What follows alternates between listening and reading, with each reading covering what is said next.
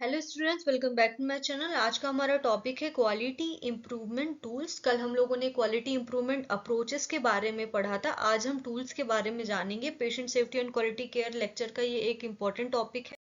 सबसे पहले हम जानते हैं क्वालिटी इंप्रूवमेंट टूल्स हैं क्या। ठीक है, quality improvement tools are systematic techniques to analyse and improve processes ensuring better outcomes. Quality improvement tools है ना, वो एक तरीके से सिस्टमैटिक टेक्निक्स होते हैं ताकि हम जो भी प्रोसेस कर रहे हैं, ठीक है, कोई भी हम हेल्थ केयर सर्विस दे रहे हैं उसको हम एनालाइज कर सके और उनमें जो भी आपके एरर्स है उसको इम्प्रूव कर सके। ठीक है, एरर्स को रिकॉग्नाइज कर सके, अगर कोई प्रॉब्लम आ रही है तो उसको इम्प्रूव कर सके ताकि जो भी हमारा आउटकम हो वो हमारा बेटर हो सके। ठीक है, तो क्वालिटी इंप्रूवमेंट टूल्स आपके सिस्टमेटिक टेक्निक्स है, ठीक है, किसी भी प्रोसेस को एनालाइज करने के और इम्प्रूव करने के। इनका पर्पस क्या होता है? टू आइडेंटिफाई इन एफिशिएंसीज, जो भी इन एफिशिएंसीज हैं उनको आइडेंटिफाई करना। सेकेंड है टू इनहेंस प्रोडक्टिविटी, प्रोडक्टिविटी को क्या करना है? इनहेंस करना।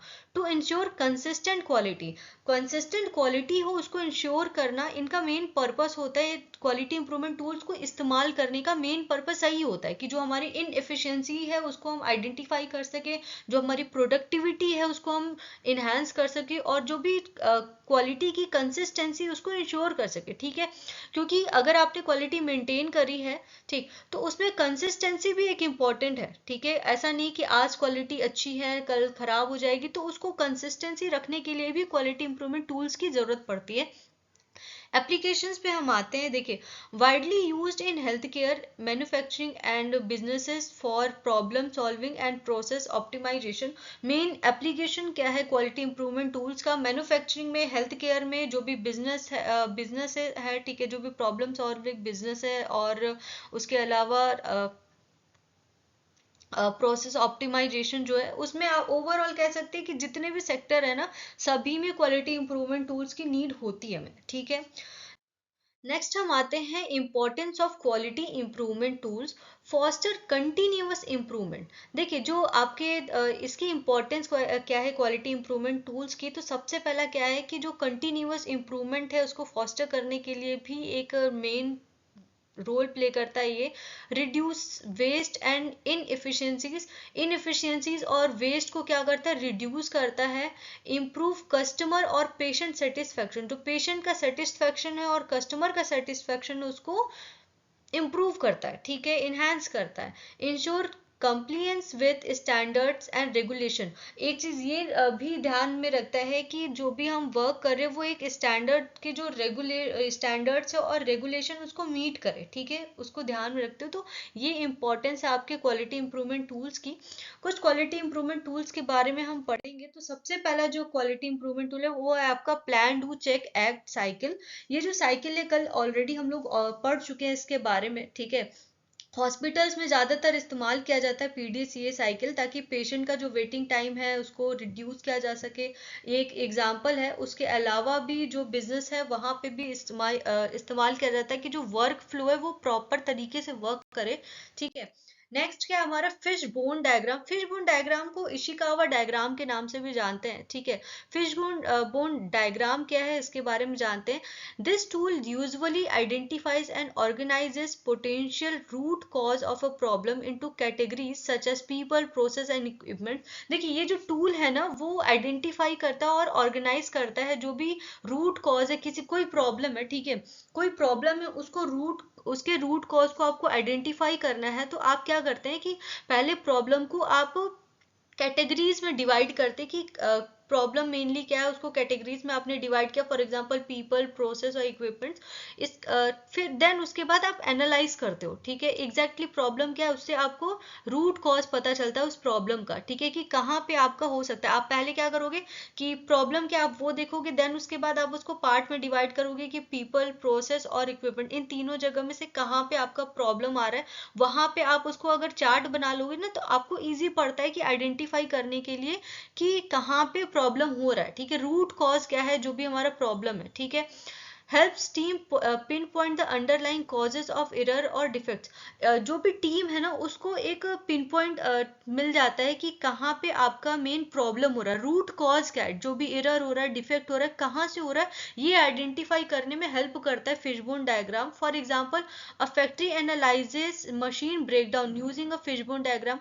कोई फैक्ट्री है वो एनालाइज कर रही है कि मशीन का ब्रेकडाउन हो रहा है, ठीक है, फिशबोन डायग्राम का इस्तेमाल करके। यहाँ पे देखिए आप, ये डायग्राम देख रहे हो आप, ठीक है, यहाँ पे पीपल, यहाँ पे ठीक है उनकी कैटेगरीज को डिवाइड किया गया है, पीपल, मटेरियल, इक्विपमेंट्स हो गया, इन्वायरमेंट हो गया, फिर प्रोसेस मैनेजमेंट। अब कहाँ पे डिफेक्ट आ रहे हैं यहाँ पे आप बारी बारी से लिखते हैं, देन उसके बाद इफेक्ट। अब इसका इफेक्ट क्या पड़ रहा है, मेन प्रॉब्लम है, ये यहाँ पे लिखते हैं, ठीक। तो एक तरीके से फिशबोन डायग्राम बन जाता है, ठीक है। फिशबोन इसलिए क्योंकि इस तरीके से अगर आप देखोगे तो ये फिश के तरीके से ये आपका बनेगा, है ना।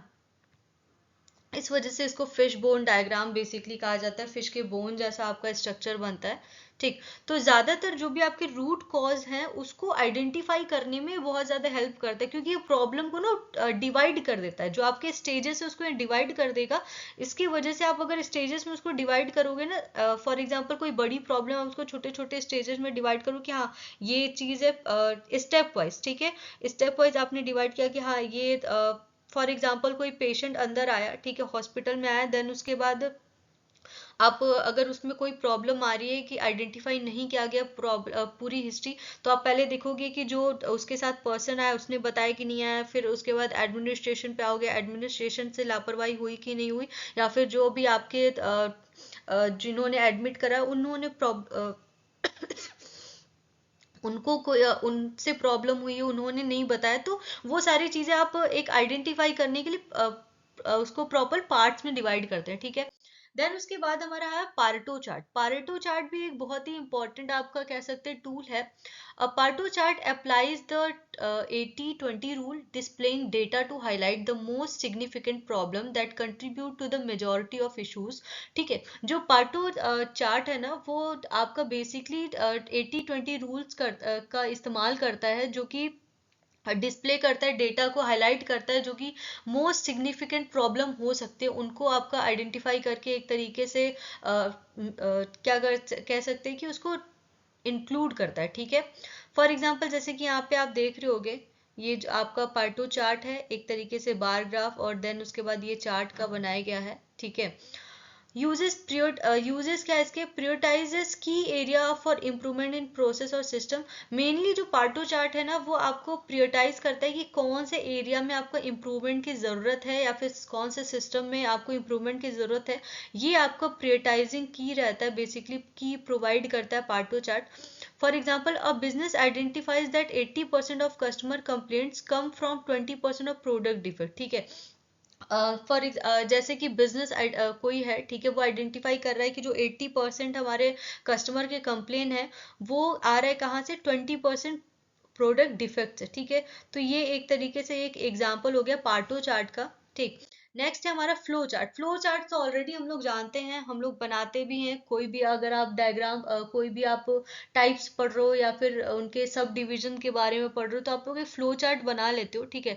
तो flow chart diagram process steps in sequential order, making it easier to visualize workflow and identify inefficiencies. देखिए जो फ्लो चार्ट डायग्राम है ना वो एक तरीके से सिक्वेंशियल ऑर्डर में आप जो भी स्टेप्स है उसके प्रोसेस को हम क्या करते हैं, स्टेप वाइज सिक्वेंशियल ऑर्डर में हम उसको रख लेते हैं, ठीक है, लिख लेते हैं। देन उसके बाद क्या, इससे क्या होता है कि जो भी हमारा वर्क फ्लो है वो हमारे हमें इजी तरीके से हमें विजुअलाइज होता है, इजी तरीके से हम आइडेंटिफाई कर पाते हैं, इजी तरीके से हमें समझ में आती है, ठीक है। होता है ना कि कोई भी अगर चीज़ हम लर्न कर रहे हो तो हमें नहीं समझ में आएगी अगर गाथा लिखी हुई, अगर हम फ्लो चार्ट्स बना लेते हैं कि हाँ स्टेप वाइज ये चीज़ें हुई थी तो हमें पता चल जाता है कि हाँ इस तरीके से लर्न करना भी ईजी होता है, किस तरीके से प्रोसेस हो रहा है ये भी आइडेंटिफाई हम कर लेते हैं। तो इसी तरीके से कि जो भी वर्क फ्लो अगर हम बना लेते तो हमें इनएफिशिएंसीज कहाँ पे हो रही हैं, कहाँ पे प्रॉब्लम्स हो रहे हैं, वो हम प्रॉपर तरीके से आइडेंटिफाई कर लेते हैं। यूजेस क्या है, used in project management and health care to streamline process. जो भी स्ट्रीमलाइन प्रोसेसेस हैं, चेकलिस्ट है जो हम लोग बनाते हैं ओवरऑल, तो वो भी वर्क फ्लो में बेसिकली उसको मैनेजमेंट में एक तरीके से काफ़ी ज़्यादा हेल्पफुल करता है कि हाँ जैसे कि कोई अगर कोई पेशेंट आ रहा है तो किस किस के थ्रू जाएगा, कौन से वर्क फ्लो के थ्रू, किस स्टेप के थ्रू वो जाएगा आपके आईसीयू तक या ऑपरेशन उसे, तो जो भी एसओपीज है उसकी, ठीक है। देन उसके बाद क्या एग्जाम्पल है आपका, a pharmacy creates a flow chart to map medication dispensing procedure. जो भी मेडिकेशन डिस्पेंसिंग प्रोसीजर है उसका एक फ्लो चार्ट तैयार कर रहा है कौन, फार्मेसी तैयार कर रहा है, ठीक है। तो एक तरीके से आपका इनएफिशिएंसी से को आइडेंटिफाई करने के लिए और वर्क फ्लो को विजुअलाइज करने के लिए आपका ये बेटर पड़ता है वर्क फ्लो चार्ट, ठीक है। देन उसके बाद हम आते हैं चेक शीट्स। चेक शीट्स आप लोगों ने देखा होगा, जो फॉर एग्जांपल अगर नर्सिंग स्टूडेंट्स है तो उन्होंने चेकलिस्ट देखी होगी, और अदरवाइज हम लोग भी चेकलिस्ट बनाते हैं ना, चेकलिस्ट की, हाँ एक लिस्ट बना लेते हैं, हाँ ये सामान है, देन उसके बाद हम लोग अपने अलमीरा में चेक करते हैं, अच्छा ये सामान है कि नहीं है, हाँ टिक, नहीं है नो। एक तरीके से वही आपके चेक शीट है, चेक शीट भी उसी के तरीके से वर्क करती है। डिस्क्रिप्शन क्या है, a check sheet is a structured form for collecting and analysing real time data, often for defect tracking और ट्रेंड एनालिसिस। बेसिकली देखिए जो चेक शीट है आपका एक स्ट्रक्चर्ड फॉर्म होता है जो भी हमारा रियल टाइम डेटा उसको कलेक्ट करने के लिए और एनालाइज करने के लिए, ठीक है। और साथ ही साथ में डिफेक्ट ट्रैकिंग में भी काफी ज्यादा हेल्प करता है। फॉर एग्जांपल जैसे आप लोग नॉर्मली घर में चेकलिस्ट आती है ना, कि घर में मम्मी राशन पानी मंगाती है तो वो पहले लिस्ट बना लेती है, ठीक है। देन उसके बाद जब वहां से राशन वाली शॉप से सामान आ जाता है, देन उसके बाद उसमें चेक करते कि अच्छा ये आ गया सामान, ये आया, ये आया, ये नहीं आया, नहीं तो दुकान वाले फोन करते ना, हाँ भाई देख ये सामान नहीं आया, तो वही तरीके से एक चेकलिस्ट बना लेते हैं, ठीक है। तो इससे आप क्या करते हो, रियल टाइम जो डेटा है उसको एनालाइज कर पाते हो, ठीक। Commonly use in quality control to monitor recurring issue.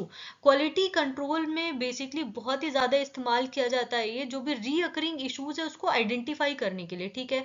For example a production line uses check sheet to record daily defects in manufactured good. एक कोई प्रोडक्शन लाइन है वो डेली चेक शीट्स आपकी रिकॉर्ड कर रही है कि हाँ कौन सा डिफेक्ट बार बार आ रहा है, ठीक है। एक तरीके से एक ये चेकलिस्ट यहाँ पे क्वालिटी चेकलिस्ट दी हुई है, ठीक है। यहाँ पे यस नो और एनए, ठीक है, नॉट एप्लीकेबल, डेट क्या है, आपके कमेंट्स क्या है उसके बारे में। तो ओवरऑल ये चेकलिस्ट बेसिकली क्वालिटी चेकलिस्ट है एक तरीके से, ठीक है, कि कोई प्रोडक्ट है उसकी क्वालिटी किस तरीके से आप मेजर कर रहे हो, क्या डिफेक्ट आ रहा है और वो डिफेक्ट कितनी बार आया वीक में, तो उसको मेजर करने के लिए चेक शीट आपकी बहुत इंपॉर्टेंट रहती है, ठीक है, एक बहुत इंपॉर्टेंट रोल प्ले करती है। नेक्स्ट इसके बाद हम आता है हमारा आता है कंट्रोल चार्ट, ठीक है। क्या है, कंट्रोल चार्ट है, a control chart monitor processes performance over time, distinguishing between normal variation and special causes. देखिए जो कंट्रोल चार्ट है वो बेसिकली प्रोसेसेस को मॉनिटर करने के लिए, जो भी हमारा ओवर द टाइम परफॉर्मेंस है उस को मॉनिटर करने के लिए इस्तेमाल किया जाता है, ठीक है। जो नॉर्मल वेरिएशंस है और स्पेशल कॉजेज है उनके बीच का डिफरेंस को भी डिस्टिंग्विश करता है, वो रिकॉग्नाइज करता है, ठीक है। Ensure consistency in manufacturing and service quality. ये क्या करता है, जो भी मैन्युफैक्चर और सर्विस की क्वालिटी है उसको कंसिस्टेंसी को इंश्योर करता है, ठीक है। अब फॉर एग्जांपल कि जो हमारा प्रोसेस चल रहा है, फॉर एग्जांपल जैसे मैं ही यूट्यूब वीडियो बनाती हूँ, ठीक है, डेली डेली मुझे एक ग्राफ आता है एनालाइज करने के लिए कि आज इतने व्यूज आए, देन उसके बाद नेक्स्ट डे वो गिर जा रहा है, देन उसके बाद ऊपर जा रहा है, तो हम एक देखते हैं ना कि वो कंसिस्टेंट नहीं है, ठीक है। फिर मैं क्या करती हूँ और डेली डेली वीडियोस अपलोड करती हूँ, हाँ भाई वो कंसिस्टेंट बना रहे, ठीक है। तो ओवर द टाइम जो परफॉर्मेंस है ना वो मॉनिटर करने के लिए ये काफी ज्यादा हेल्पफुल होता है, और साथ ही साथ में ये कंसिस्टेंसी के लिए बेटर रहता है, ठीक है।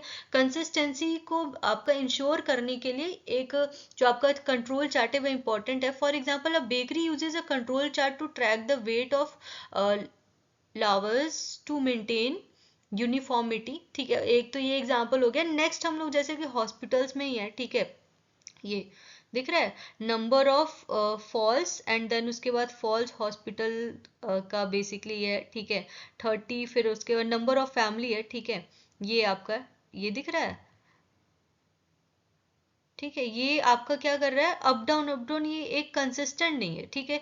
तो ये कंसिस्टेंसी को क्या है, जैसे कि 50 और 20 एक इन्होंने मेजर कर लिया कि ये आपका क्या है कि इन्हीं दोनों के बीच आता है, बट अगर यहाँ पे फॉल्स हुआ, यहाँ पे फॉल्स इसके बाहर जा रहा है, तो इसका मतलब वो क्या हो रहा है कि कोई ना कोई डिफेक्ट है और कोई ना कोई वहां पे प्रॉब्लम है, ठीक है। कंसिस्टेंसी आपकी टूट गई, ठीक है, कि डेली हाँ इतने 20, 30, 40 के बीच में ही आ रहे थे, बट वो आपका फॉल गया, ठीक है।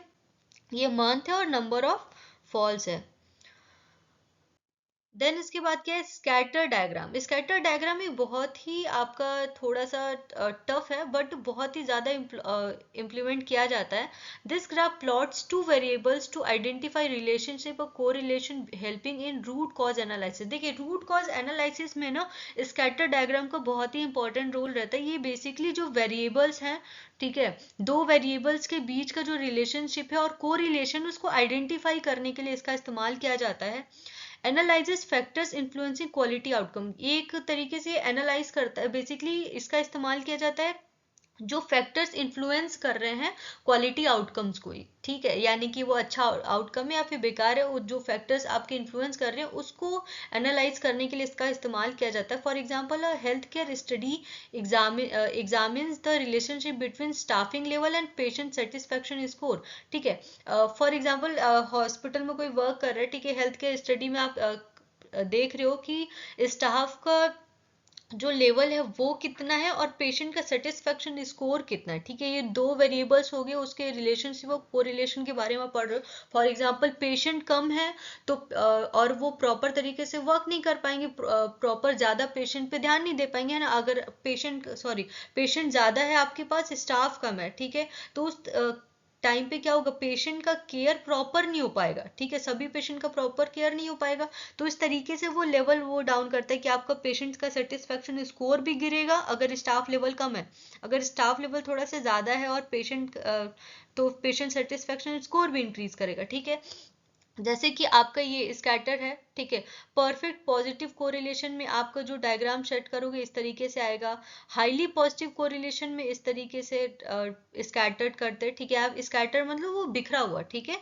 लो पॉजिटिव कोरिलेशन में पूरी तरीके से आपके अलग अलग आपके वेरिएशंस आएंगे, अलग अलग रिजल्ट आएगा। नो कोरिलेशन में ये देख रहे पूरी तरीके से आपका बिखरा हुआ है, ठीक है।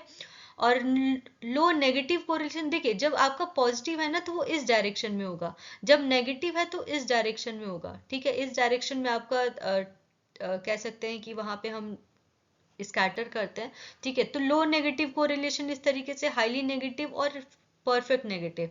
तो एक तरीके से जो आपका जैसे कि हम लोग पढ़ते थे ना, जीरो और इधर पॉइंट में इधर जाओ तो बड़े आते, तो उसी तरीके से आपका कि जिस जैसे आपका पॉजिटिव वाला आपका हाई है, इसी तरीके से आप नेगेटिव वाले में देखोगे जस्ट अपोजिट है, ठीक है। तो ये आपको इसको ध्यान रखना है कि अगर आपका इस डायरेक्शन में तो ये पॉजिटिव और इस डायरेक्शन में नेगेटिव कोरिलेशन को दिखाते हैं।